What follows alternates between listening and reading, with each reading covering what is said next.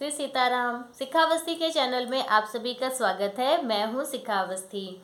माघ मास महात्म या माघ के महीने में स्नान का क्या महत्व है।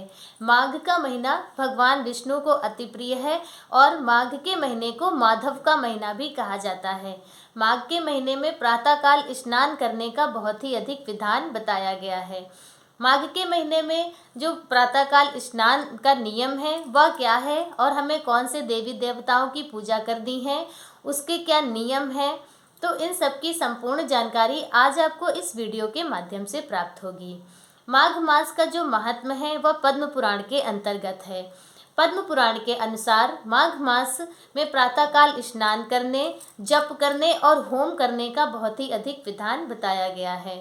तो जो वशिष्ठ मुनि ने महाराजा दिलीप से माघ मास महात्म्य का वर्णन किया है और महर्षि भृगु ने मणि पर्वत पर विद्याधर से माघ स्नान का वर्णन करते हुए उन्होंने कहा है कि जो प्राणी माघ स्नान का नियम लेता है या माघ स्नान व्रत को धारण करता है वह अपने माता पिता की 7 पीढ़ियों का उद्धार करने के बाद स्वयं दिव्य शरीर धारण करके स्वर्ग को प्राप्त होता है।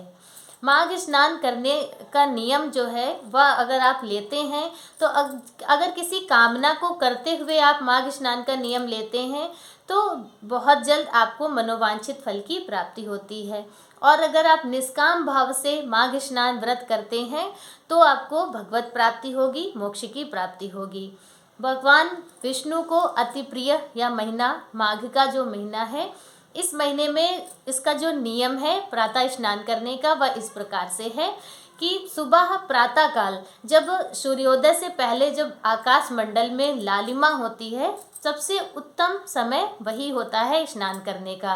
कहने का तात्पर्य है कि उस समय तक आपको स्नान कर लेना है। जिस तरह से हम लोग कार्तिक के महीने में या वैशाख के महीने में सूर्योदय से पहले स्नान करते हैं, उसी तरह माघ के महीने में भी प्रातःकाल पवित्र नदियों में स्नान करने का बहुत ही अधिक विधान बताया गया है।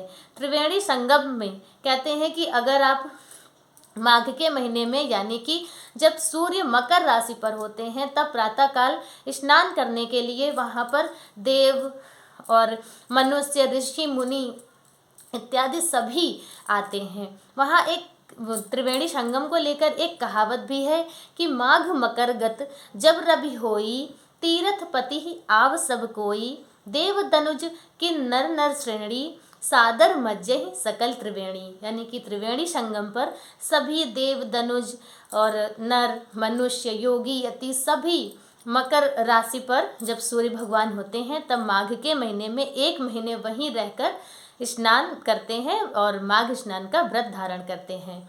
तो माघ स्नान का जो व्रत धारण करते हैं उसका नियम यह है कि प्रातःकाल स्नान करना होता है और पूरे महीने का व्रत करना होता है। पूरे महीने का अगर व्रत नहीं करते हैं तो एक टाइम भोजन करके भी व्रत यह किया जा सकता है।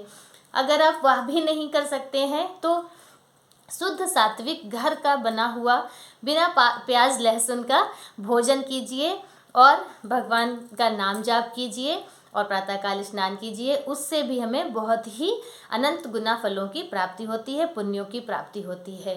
माघ स्नान बहुत ही पवित्र महीना है।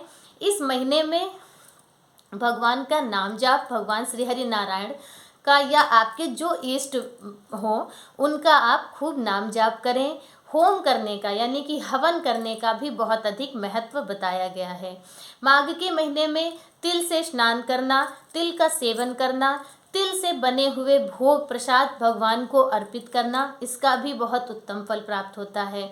तो इस महीने में आप यह भी नियम ले सकते हैं कि तिल से बने हुए लड्डू या किसी भी तरह की कोई मिष्ठान हो जिसमें तिल का प्रयोग हुआ हो, उसका भी आप नियम ले सकते हैं कि पूरे महीने आप ठाकुर जी को तिल का भोग लगाएंगे। आप तिल से स्नान कर सकते हैं, या तो आप अपने जल में तिल डालकर स्नान कर सकते हैं या फिर तिल का उबटन लगाकर भी आप स्नान कर सकते हैं। तिल के तेल की मालिश कर सकते हैं। माघ के महीने में मालिश का भी बहुत विधान बताया गया है, मालिश भी करनी चाहिए।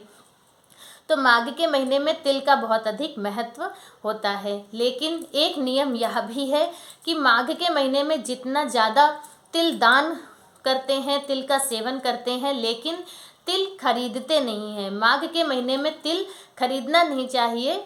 आप अपना जितना आपका अनुपात हो या जिस हिसाब से आपको दान करना हो, उन सब का अनुमान करके आप पौष के महीने में ही तिल खरीद कर रख लें। माघ के महीने में तिल दान करते हैं लेकिन तिल खरीदते नहीं हैं, तो इस बात का जरूर ध्यान रखें। तो जो माघ का स्नान है वह कब से प्रारंभ हो रहा है?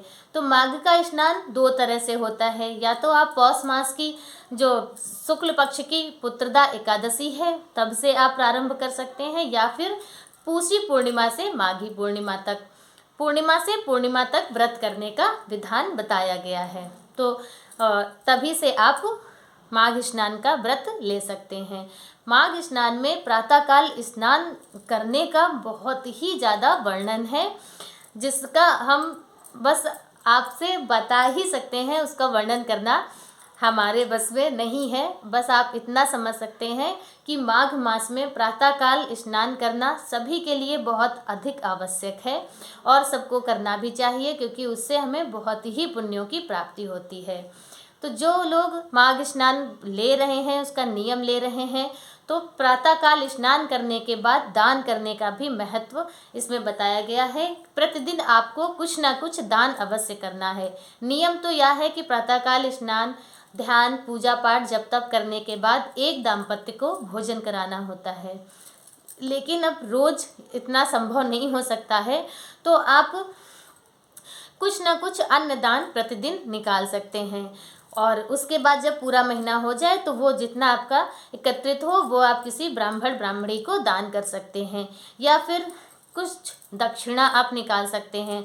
प्रतिदिन आप दक्षिणा निकालिए और उसके बाद जब पूर्णिमा वाले दिन आप अपना ब्राह्मण ब्राह्मणी दंपत्ति को खिलाएंगे, उसके बाद आप उन्हें वह दक्षिणा और जो आपसे जो यथाशक्ति हो उसे आप दान कर सकते हैं।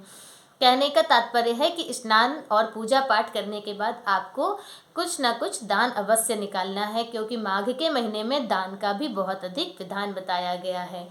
तो जो नियम वह है कि आप कैसे प्रतिदिन नियम माघ स्नान का लेने का जो नियम है वह इस तरह से है कि आपको प्रातःकाल स्नान करना है, भगवान श्री हरि नारायण की पूजा अर्चना करनी है, उसके बाद आपको कुछ भी अन्नदान करना है और फिर आपकी अपनी दिनचर्या प्रारंभ करनी है।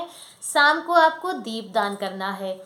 शाम को दीपदान जलाशय के पास करना बहुत अधिक उत्तम बताया गया है। उसका नियम यही है कि आप किसी जलाशय पर दीपदान करें। तो अगर आप प्रतिदिन किसी जलाशय पर नहीं जा सकते हैं, तो जहाँ पर आपने अपने मंदिर में गंगा जल रखा हो वहाँ पर भी आप उत्तर मुख की तरफ अपने दिए का जो मुख है वह उत्तर दिशा की तरफ करके रख सकते हैं। तब भी आपको पवित्र नदी में दीपदान करने का पुण्य फल प्राप्त होगा। तो इस तरह से इन पुण्य कर्मों के द्वारा आप अपने पुण्यों को बढ़ा सकते हैं। माघ स्नान का जो महत्व है उसका आप भी पुण्य फल प्राप्त कर सकते हैं। तो माघ का महीना बहुत ही ज़्यादा पवित्र है, बहुत ही पतित पावन है, भगवान विष्णु को अति प्रिय है। तो इस महीने में आप भी जितना हो सके उतने पुण्य कर्म कीजिए, प्रातःकाल स्नान कीजिए, अन्नदान कीजिए, तिल दान कीजिए, तिल का सेवन कीजिए और भगवान की भक्ति कीजिए, खूब नाम जाप कीजिए। इन्हीं सब मंगल कामनाओं के साथ में आज का वीडियो मेरा बस इतना ही। मेरा वीडियो कैसा लगा कमेंट करके ज़रूर बताएं और एक लाइक ज़रूर करें। श्री सीताराम।